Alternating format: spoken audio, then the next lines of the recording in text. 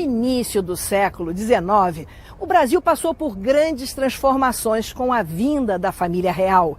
Em 1818, Dom João VI decretou a criação de um museu real para a corte portuguesa, estabelecida aqui, no Rio de Janeiro. Nascia, então, o Museu Nacional.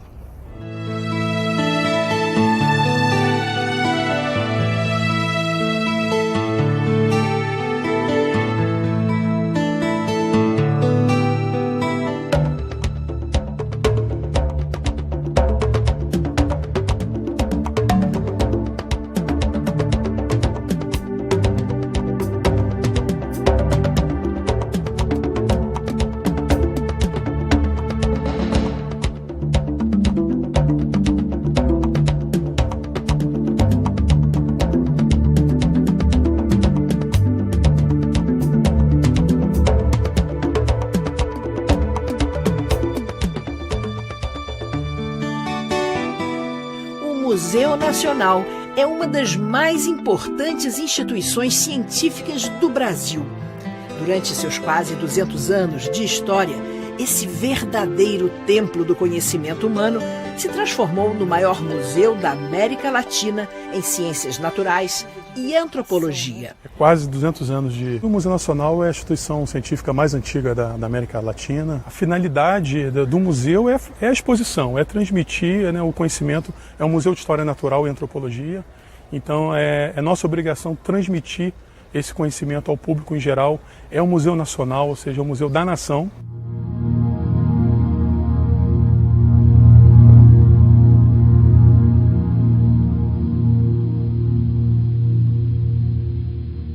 O ano de 1808 alterou para sempre os rumos da história do Brasil e deste palácio, localizado no bairro de São Cristóvão, na zona norte da cidade do Rio de Janeiro.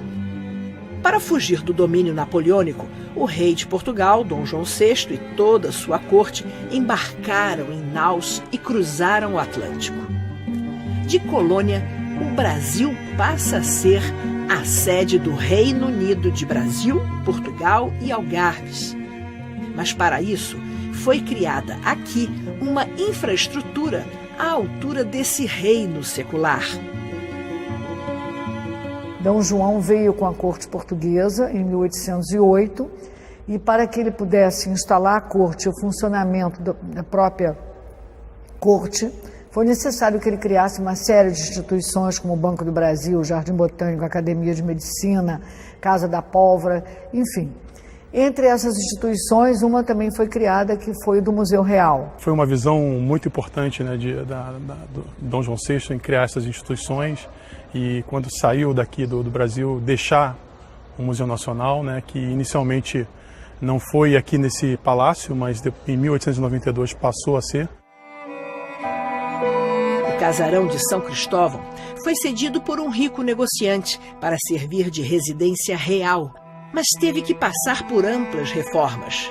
Na reconstrução, a grandiosidade de uma sede monárquica e a imponência arquitetônica da fachada neoclássica.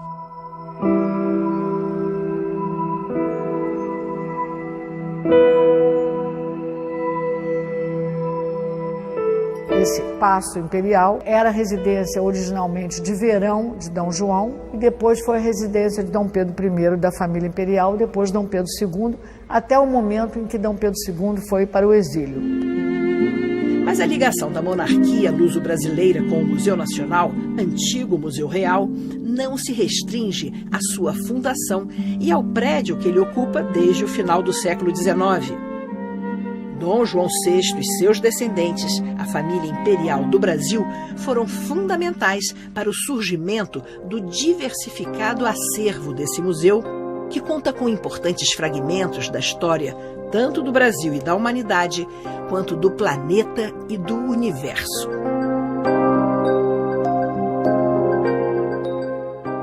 A coleção de mineralogia, que talvez tenha sido a primeira coleção do museu, é uma coleção alemã que a coroa portuguesa compra no final do século XVIII e leva para Lisboa. Essas amostras tinham sido sistematizadas simplesmente pelo Werner, que é o pai da mineralogia. Na Napoleão, ao invadir Portugal, teria dado ordens expressas para roubar a coleção de mineralogia e levá-la para Paris. O que aconteceu? A família real, o Conde da Barca, pega aquela coleção, enfia numa caravela e traz para o Rio de Janeiro. Que vem com a família real. Que vem com a família real, junto com a primeira imprensa, né, a primeira máquina impressora, né, que foi o início da imprensa no Brasil. É verdade. Né, veio no mesmo navio, chamado Nau Medusa. Todos os monarcas, além de princesas e imperatrizes, contribuíram para a multiplicidade do acervo do Museu Nacional. A cada coleção acrescentada, um pedaço da história era revelado. Dom Pedro I, imperador do Brasil, adicionou ao museu a coleção do Pacífico, com artefatos originários de várias ilhas como Guiné, Aleutas e Java. Faz parte também da coleção um manto ofertado a Dom Pedro pelo rei Kamehameha, do atual arquipélago do Havaí. E esse era o último rei nativo que veio das Ilhas Sanduíche para se dirigir à Inglaterra para buscar socorro, porque ele se achava perseguido. Quando ele passou aqui no Rio de Janeiro, ele foi recebido por Dom Pedro I, que ofertou a ele um anel de água marinha e diamantes, e ele ofertou esse manto, que na verdade é um manto real dos nativos, e um colar. Mas ele, coitado, infelizmente ele foi envenenado antes de chegar à Inglaterra, de modo que ele não conseguiu buscar o socorro. Mas o manto está aqui em perfeito estado, e é um manto também que é uma peça muito rara. A princesa Leopoldina da Áustria, casada com Dom Pedro I e primeira imperatriz do Brasil, deixou uma contribuição inestimável para o desenvolvimento do Museu Nacional. Dois dos maiores cientistas europeus da época, os naturalistas Spix e von Martius, chegaram ao Brasil em sua comitiva real e aqui trabalharam para o museu em seus primeiros anos. A imperatriz Leopoldina também doou ao Museu Nacional uma de suas mais famosas coleções, a egípcia. A coleção egípcia ia para a Argentina, mas por um motivo alheio, enfim, à vontade, eles tiveram que parar no Rio de Janeiro e essa coleção foi posta a leilão. Houve até uma celeuma na época, porque as pessoas ficaram horrorizadas com as múmias, fragmentos de braços e de pernas que estavam sendo postos à venda, mas a imperatriz Leopoldina viu a importância dessa coleção e adquiriu essa coleção para o Museu Real. Uma das peças mais relevantes da coleção egípcia é a múmia romana, que leva esse nome por pertencer ao período no qual o Egito esteve sob os domínios do Império Romano. O que a diferencia da maioria das múmias é que seus membros não foram embalsamados colados ao corpo. Isso a torna raríssima, pois ela é uma de somente 8 exemplares espalhados pelo mundo. No acervo do Museu Nacional, 2 sarcófagos egípcios são os únicos do mundo que ainda não foram violados, ainda não foram abertos.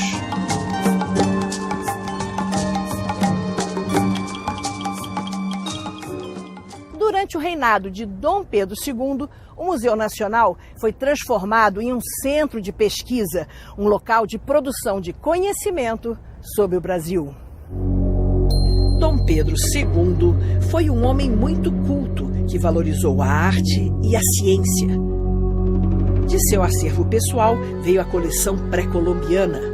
Entre suas inúmeras peças, destaca-se o conjunto de múmias indígenas encontrado em Minas Gerais e a cabeça reduzida de um guerreiro jíbaro, tribo que vivia na região do Equador. Os setores de mineralogia, etnografia brasileira, dentre vários outros, foram enriquecidos pelas doações do monarca Dom Pedro II. Sua mulher, a imperatriz Teresa Cristina, ofertou ao museu a coleção greco-romana para que os brasileiros conhecessem um pouco da cultura europeia.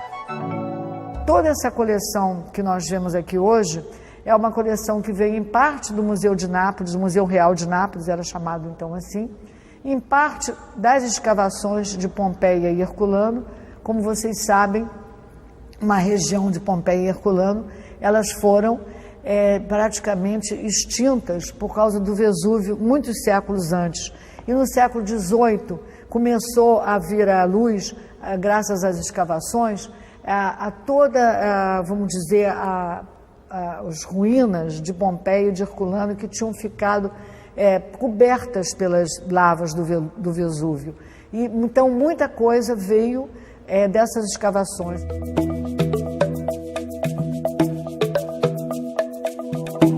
Dom Pedro II também foi responsável por levar para o museu o Bedengó, maior meteorito já encontrado no Brasil. Descoberto no interior da Bahia por um menino em 1784, o meteorito Bedengó pesa mais de 5 toneladas. Ao tomar conhecimento da existência e importância científica do meteorito, o imperador providenciou sua complicada remoção para o Rio de Janeiro em 1888.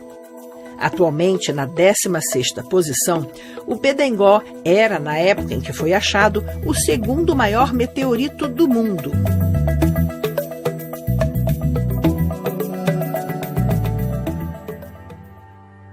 As contribuições da família real para o Museu Nacional foram muito importantes. Com o final da monarquia, quase no século XX, ele já se concretizava como uma instituição científica de primeira grandeza. E a jovem república soube não só preservar uma das mais valiosas joias da extinta coroa brasileira, como também elevar o museu a novos e inéditos patamares de excelência nos mais variados campos do conhecimento.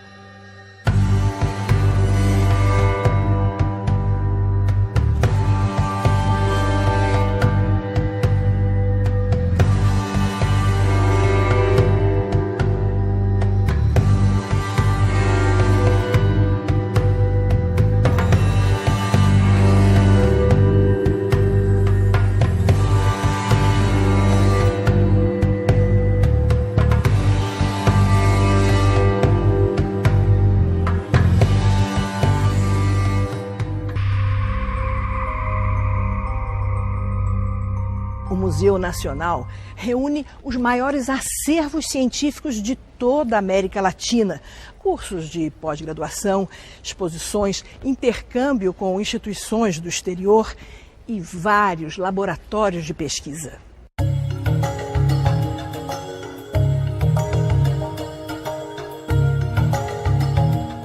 Essas coleções são preservadas e estudadas pelos vários departamentos que funcionam aqui nesse prédio do Museu Nacional, na Quinta da Boa Vista. Departamentos, por exemplo, como o de Antropologia, Botânica, Geologia e Paleontologia.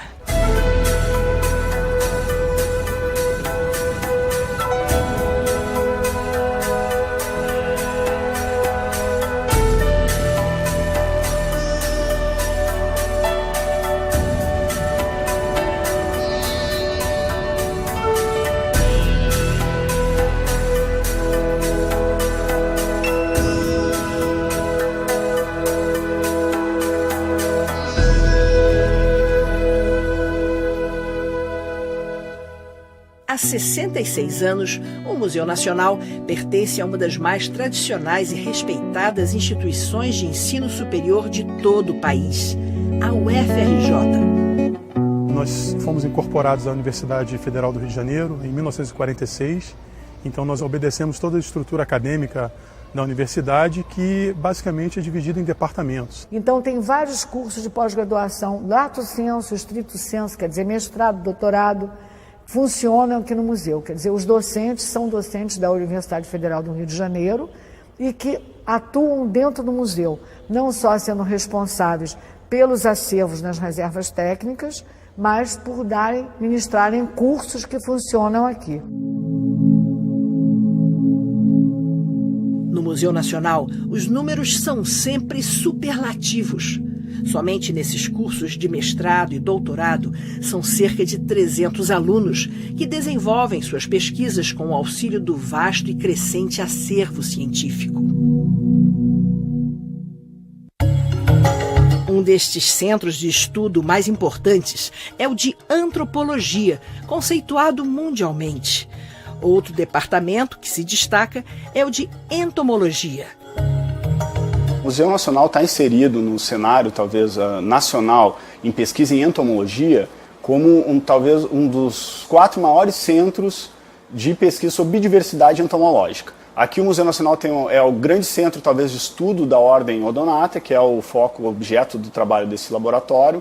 Esse foi a primeira instituição que abrigou pesquisadores que estudaram, brasileiros, que iniciaram o estudo dessa ordem. Atualmente é a maior coleção, talvez em representatividade, desse grupo de insetos na América Latina. As peças que compõem as exposições abertas ao público, cerca de 3.000 atualmente, são apenas parte dos milhões de itens das coleções científicas. 20 milhões de itens, essa é a estimativa que nós temos aferido, né? E ainda tem muita coisa por se fazer, muita coisa por se pesquisar. Só que a atividade principal do museu, que é ir a campo, né? Fazer trabalho de campo, fazer trabalho de pesquisa, é um trabalho que não para nunca, então esse acervo ele tende sempre a crescer. A maioria desse gigantesco acervo fica na reserva técnica do museu. São materiais para pesquisa que estão sob os cuidados de professores e especialistas, num constante processo de identificação, catalogação e estudo dos mais variados ramos da ciência.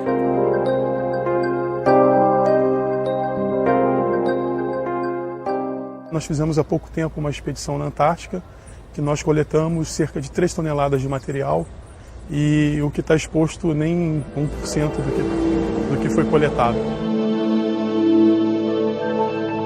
O planejamento dessa expedição começou em 2006, quando nós apresentamos ao CNPq um projeto, né, que envolvia principalmente a coleta de fósseis na Antártica, especificamente fósseis de dinossauros.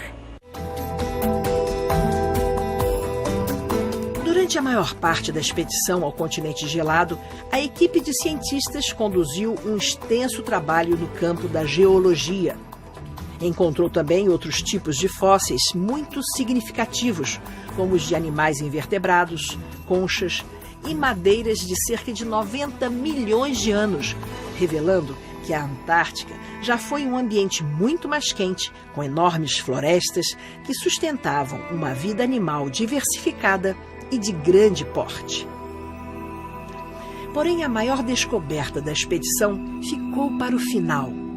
Aos 40 minutos do segundo tempo, o professor Kellner, né, que era o coordenador da equipe, encontrou no chão alguns pedaços de ossos fossilizados. E aí reuniu a equipe e nós começamos a levantar e achamos mais de uma centena de pequenos ossos fragmentados, né, que depois, estudados aqui no Rio de Janeiro, vieram a mostrar que era um plesiosauro, um réptil marinho, melhor, o mais antigo plesiosauro encontrado na Antártica até hoje.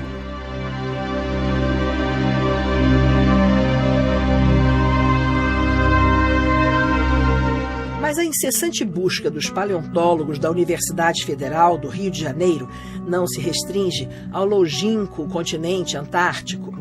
É aqui no Brasil que essa atividade científica tem uma importância ainda maior. Toda essa parte daqui é o Departamento de Geologia e Paleontologia. E nessa entrada fica a sala do professor Kellner, paleontólogo que tem feito várias descobertas por todo o país.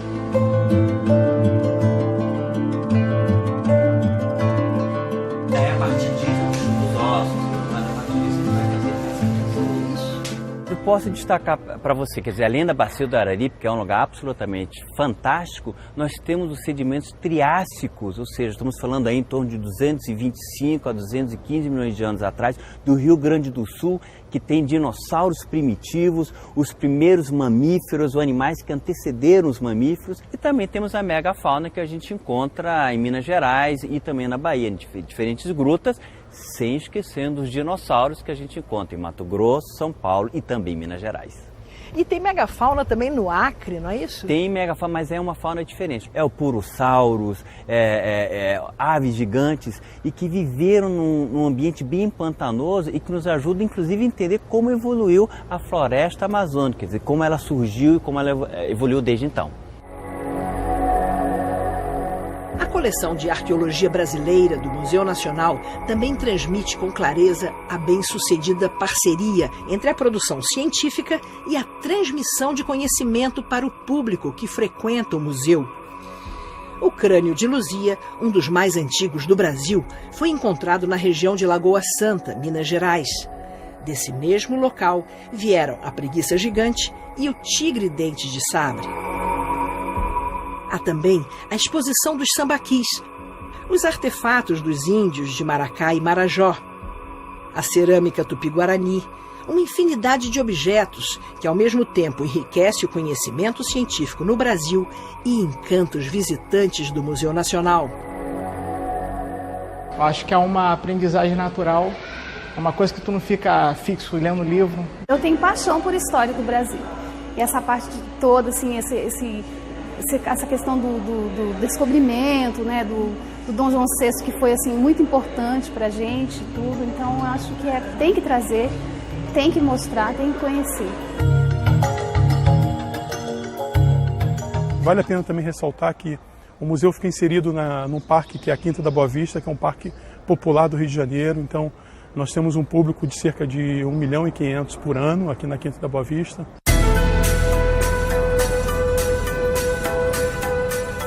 Apesar da diversidade do que é exposto e estudado, há muito trabalho pela frente. O Museu Nacional passa por uma fase de restauração, modernização e reestruturação, mas o caminho a se percorrer ainda é muito longo. E os projetos para o futuro são grandiosos. Se alcançados, poderão elevar o museu a um patamar sem precedentes em sua história. Eu queria falar sobre isso, que é importante, porque existe um projeto da ocupação de todo esse prédio aqui pelas exposições e todos os acervos, quer dizer, as reservas técnicas, passem para prédios que vão ser construídos aqui nas imediações da Quinta da Boa Vista. Quer dizer, a ideia é que esse prédio fique futuramente nos 3 andares apenas para exposição, laboratório de restauração, atendimento ao público, administração do museu, quer dizer, todas as funções ligadas à parte expositiva.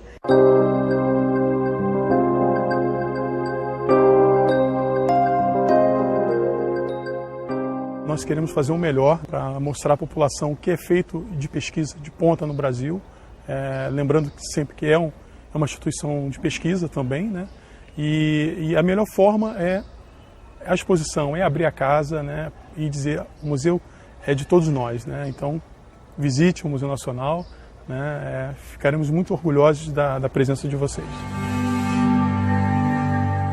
Ser professor, transmitir ensinamentos às novas gerações, talvez seja a mais nobre das profissões. E o Museu Nacional, esse verdadeiro mosaico do conhecimento humano, é em si professor multidisciplinar, um velho mestre, sábio e sedutor. Cada peça do acervo do museu é testemunha de um momento da história de nosso país e de nosso planeta. Esse é um dos nossos mais significativos patrimônios, resultado dos esforços comoventes de muitos brasileiros.